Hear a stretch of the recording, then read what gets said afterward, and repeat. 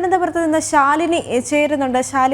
ശാലിനിയുടെ frame കണ്ടാൽ തന്നെ അറിയാം അവിടുത്തെ അവസ്ഥ എന്താണ് എന്നുള്ള കാര്യം. കാരണം രൂക്ഷമായൊരു വെള്ളക്കെട്ട് തന്നെയാണ് ശാലിനിയുടെ സമീപ പ്രദേശത്ത് നിന്ന് അറിയാൻ സാധിക്കുന്നത്. തലസ്ഥാനത്ത് മഴക്കാല പൂർവ്വ ശുചീകരണ പ്രവർത്തനങ്ങൾ നടന്നില്ല എന്നത് വളരെ വ്യക്തമായ കാര്യമാണ്. കാരണം കഴിഞ്ഞ ദിവസങ്ങളിലെല്ലാം തലസ്ഥാനത്തെ വിവിധയിടങ്ങളിൽ ചെറിയ മഴ പെയ്തപ്പോൾ തന്നെ വലിയ വെള്ളക്കെട്ട് രൂപപ്പെടുന്ന ഒരു സാഹചര്യം ഉണ്ടായിരുന്നു. അങ്ങനെ തന്നെയല്ലേ കാര്യങ്ങൾ മുന്നോട്ട് പോകുന്നത്? ദേവിക, നമ്മളിപ്പോൾ നിൽക്കുന്നത് തിരുവനന്തപുരം മുക്കോലയ്ക്കലാണ്. മണക്കാട് ക്ഷേത്രത്തിലേക്ക് സമീപം മുക്കോലയ്ക്കൽ ക്ഷേത്രത്തിന്റെ തൊട്ട് ഭാഗത്താണ് നമ്മൾ നിൽക്കുന്നത്. ദൃശ്യങ്ങളിൽ ഒരുപക്ഷെ ദേവിക പറഞ്ഞതുപോലെ തന്നെയാണ്, ദൃശ്യങ്ങൾ കാണുമ്പോൾ അറിയാം എത്രയധികം ഭയാനകമാണ് ഈ ഒരു പ്രദേശത്തെ മേഖലയിലെ വെള്ളക്കെട്ട് എന്നുള്ളതാണ്. ഇന്നലെ രാത്രി 6 മണിക്കൂറിലധികമാണ് നിന്ന് മഴ പെയ്തത്. അതുകൊണ്ട് തന്നെ അത്രയധികം വെള്ളം ഇവിടെ പല മേഖലകളിലും കെട്ടിക്കിടക്കുന്നുണ്ട്. അതിരൂക്ഷമായ വെള്ളക്കെട്ട്, ഒപ്പം തന്നെ പകർച്ചവ്യാധി പേടി, ഇതൊക്കെയാണ് ഇപ്പൊ ഈ മേഖലയിലുള്ള ഓരോരുത്തരും താമസിക്കുന്നത്. ഓടകളുടെ നവീകരണം കൃത്യമായി സമയത്ത് നടക്കാത്തത് തന്നെയാണ് ഈ വെള്ളക്കെട്ടിന്റെ പ്രധാന കാരണമെന്ന് തന്നെ നമുക്ക് വിലയിരുത്താം. കാരണം പല ഓടകളും അടഞ്ഞു കിടക്കുന്നു, വെള്ളം നിറഞ്ഞു കിടക്കുന്ന ഒരു സാഹചര്യം. പ്രദേശവാസികളൊക്കെ ഇവിടെ എന്ത് ചെയ്യണമെന്നുള്ള രീതിയിൽ ഒരു ആശങ്കാജനകമായ സാഹചര്യത്തിൽ നിൽക്കുകയാണ്. നമുക്ക് സമീപത്തെ ഇവിടെ താമസിക്കുന്നവരൊക്കെ തന്നെയുള്ള ചേട്ടാ, ഇത്രയും കാലമായിട്ട് ഇവിടെ താമസിക്കുന്നത് ഇങ്ങനൊരു വെള്ളക്കെട്ട് കെട്ടിക്കിടക്കുന്ന പരിപാടിയില്ല, അപ്പോഴങ്ങ് തീരും. ഇതിപ്പോൾ വെള്ളം കെട്ടിക്കിടക്കുകയാണ്, ഓടകളൊക്കെ അടഞ്ഞു കിടക്കുകയാണ്. അതുകൊണ്ടാണ് ഈ വെള്ളം ഇവിടെ കെട്ടിക്കിടക്കുന്നത്. പക്ഷേ അതിനകത്ത് ആരും ശ്രദ്ധിക്കുന്നില്ല. അത് ശ്രദ്ധിച്ചാലേ ഇത് വെള്ളപ്പൊക്കം പരിഹരിക്കാനൊക്കെയുള്ളൂ. റോഡ് പൊക്കുകയോ അങ്ങനെയുള്ള സംവിധാനങ്ങൾ വരുത്തിയാലേ ഈ വെള്ളക്കെട്ടുകൾ മാറുകയുള്ളൂ. വീടിന് പുറത്തിറങ്ങാനോ അടുത്ത വീടുകളിൽ പോകാനൊന്നും ഒരിടത്തും പോകാൻ പറ്റില്ല. വീട്ടിലിരിക്കാനേ ഒക്കെ ഉള്ളൂ. വീട്ടിനകത്ത് വരെ വെള്ളം കയറുകയാണ്. ഈ ഭാഗത്തുള്ള എല്ലാ വീടുകളിലും വെള്ളം കയറി കിടക്കുകയാണ്. വെള്ളം ശരിക്കും പോകുന്നില്ല. ഈ പോകുന്ന ഓവുകളൊക്കെ അടഞ്ഞു കിടക്കുകയാണ്. വെള്ളം പോകുന്ന ഓടയുടെ സൈഡിലൊക്കെ ഉടഞ്ഞു കിടക്കുന്നത്, ഓട നിറഞ്ഞ് കവിഞ്ഞ് റോഡിലോട്ട് പോയി കിടക്കുകയാണ്. ആദ്യമായിട്ടാണ് ഇവിടെ ഒരു വെള്ളക്കെട്ട്, അത് തുടർച്ചയായിട്ട് ഇങ്ങനെ ഉണ്ടാകും? പതിവായിട്ടുണ്ട്, ഇവിടെ പതിവായിട്ടുണ്ട്. പക്ഷേ ഇത്രയും രൂക്ഷം ഒരു മഴയിലൊന്നും സാധാരണ ഇത്രയും രൂക്ഷമാവില്ല.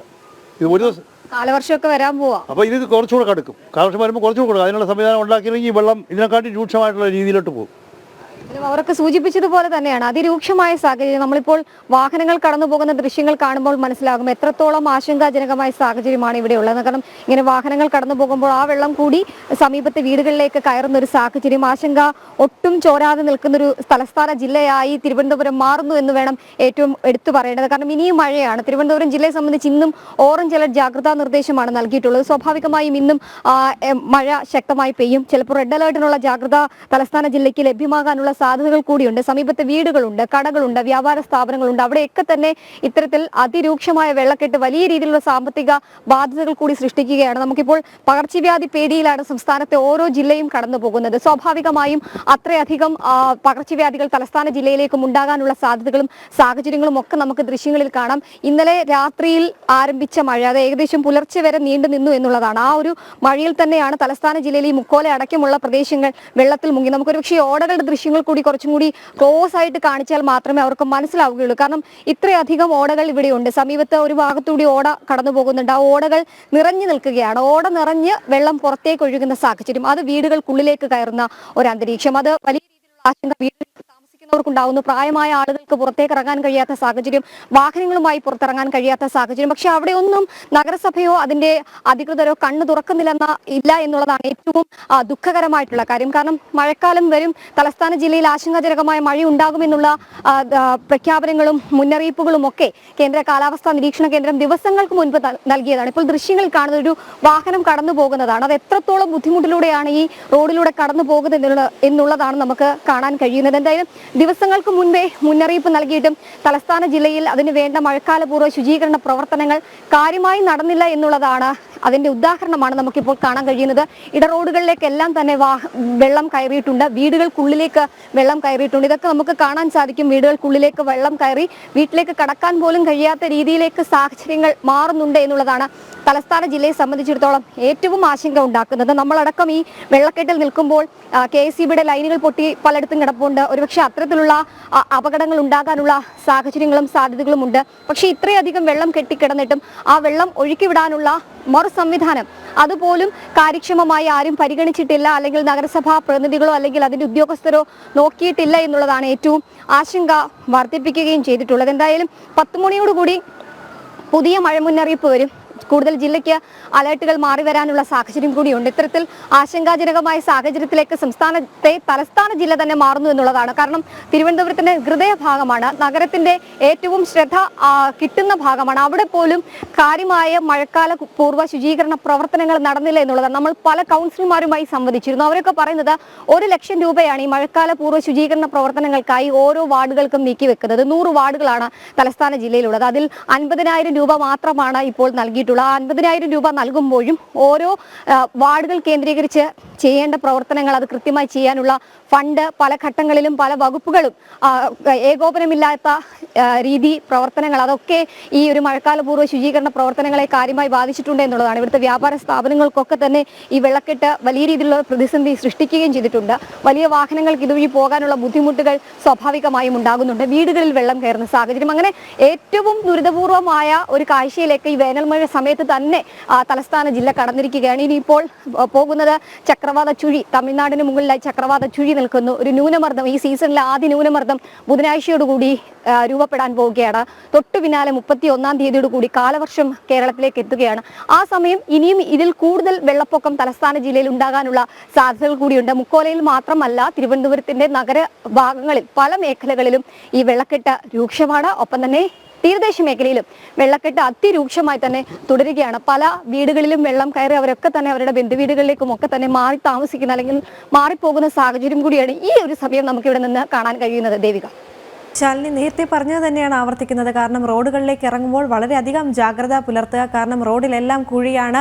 ജനങ്ങളെല്ലാം ഒരേ സ്വരത്തിൽ പറയുന്നു കുഴി ഏത് റോഡ് ഏതെന്ന് തിരിച്ചറിയാൻ പറ്റുന്നില്ല. പൊതുമരാമത്ത് വകുപ്പിന്റെ ഭാഗത്തു നിന്നും വളരെ ഗുരുതരമായ ഒരു വീഴ്ച സംഭവിച്ചിരിക്കുന്നു. പലയിടത്തും കുഴികൾ കുഴിച്ചിട്ടിട്ടുണ്ട്.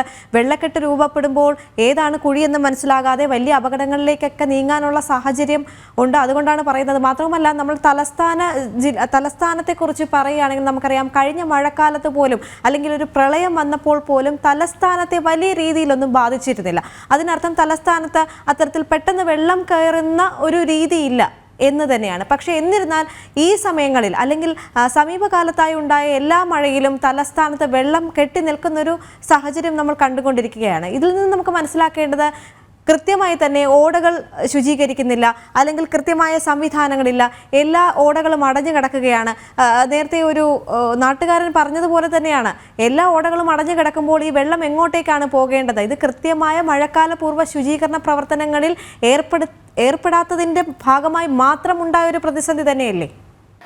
ദേവിക, അത് തന്നെയാണ് ഏറ്റവും ശ്രദ്ധേയമായിട്ടുള്ള കാര്യം. നമ്മൾ മഴക്കാലത്തിന് മുൻപ് തന്നെ മഴക്കാല പൂർവ്വ ശുചീകരണ പ്രവർത്തനങ്ങൾ നടത്തേണ്ടതാണ്. അത് വിവിധ വകുപ്പുകൾ ഫണ്ട് അനുവദിക്കുന്ന കാര്യത്തിലാണെങ്കിലും, അത് തദ്ദേശ സ്വയംഭരണ സ്ഥാപനങ്ങളിലേക്ക് എത്തുന്നതിലാണെങ്കിലും, അത് വാർഡുകൾക്ക് വിഭജിച്ച് നൽകുന്ന കാര്യത്തിലാണെങ്കിലും, അവിടെ നിന്ന് ആ പ്രവർത്തനങ്ങൾ ആരംഭിക്കുന്ന കാര്യത്തിലാണെങ്കിലും. പക്ഷേ തിരുവനന്തപുരം നഗരസഭയെ സംബന്ധിച്ചിടത്തോളവും വിവിധ പഞ്ചായത്തുകളെ സംബന്ധിച്ചിടത്തോളം ആ പ്രവർത്തനം കാര്യക്ഷമമായി നടന്നിട്ടില്ല എന്നുള്ളതാണ്. കാരണം ആർഭാടത്തിനും ദൂർത്തിനും ഉല്ലാസയാത്രയ്ക്കും സർക്കാർ ഖജനാവിൽ ഫണ്ടുണ്ട്. പക്ഷേ ഇത്തരത്തിലുള്ള മനുഷ്യന് വേണ്ട ആവശ്യങ്ങൾ നടത്താനുള്ള പണമില്ല എന്നുള്ളതൊക്കെയാണ് പല ഘട്ടങ്ങളിലും ഈ ശുചീകരണ പ്രവർത്തനങ്ങൾ വൈകുമ്പോഴൊക്കെ അവർ നൽകുന്ന വിശദീകരണം. ഇപ്പോൾ ഞാൻ നിൽക്കുന്ന ദേവികയോട് പറഞ്ഞതുപോലെ തന്നെ ഈ മുക്കോല അടക്കമുള്ള മേഖലകളിൽ അദ്ദേഹം പറഞ്ഞതുപോലെ തന്നെ മുൻകാലങ്ങളിലൊന്നും ഇത്രയധികം വെള്ളപ്പൊക്കം ഉണ്ടായിട്ടില്ല. പക്ഷേ ഈ അടുത്തിടെ കഴിഞ്ഞ കുറച്ച് കാലങ്ങളായി അല്ലെങ്കിൽ കുറച്ച് വർഷങ്ങളായി ഈ മഴക്കാലത്ത് ഇതാണ് അവരുടെ ദുരിതം എന്നുള്ളതാണ്. കാരണം പുറത്തേക്ക് ഇറങ്ങാൻ പറ്റുന്നില്ല, ഭക്ഷണ സാധനങ്ങൾ വാങ്ങാൻ കടകളിലേക്ക് പോകാൻ പറ്റുന്നില്ല, അസുഖങ്ങൾ വന്നാൽ വയോധികർക്കടക്കം പുറത്തേക്ക് ഇറങ്ങാൻ പറ്റില്ല. കഴിഞ്ഞ മഴക്കാലത്ത് ഫയർഫോഴ്സിന്റെ ബോട്ടടക്കം കൊണ്ടുവന്നാണ് ഓരോ വീടുകളിൽ നിന്ന്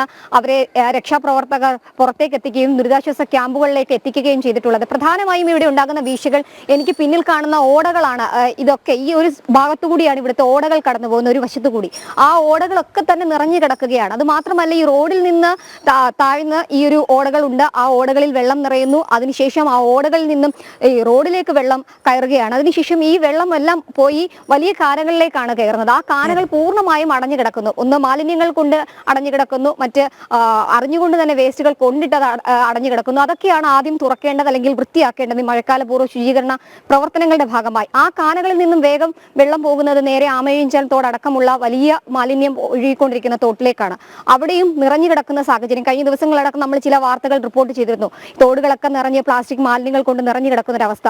അതിനുശേഷം ആ വെള്ളം നേരെ പോകുന്നത് പിന്നീട് പാർവതി പുത്തനാർ അല്ലെങ്കിൽ അത്തരത്തിലുള്ള വലിയ വലിയ തോടുകളിലേക്കൊക്കെയാണ്. ഗതി വളരെ രൂക്ഷമായി തന്നെ മുന്നോട്ട് പോവുകയാണ്. പല സ്ഥലങ്ങളിലും വെള്ളക്കെട്ട് രൂക്ഷമാകുന്ന സാഹചര്യം ഉണ്ട്.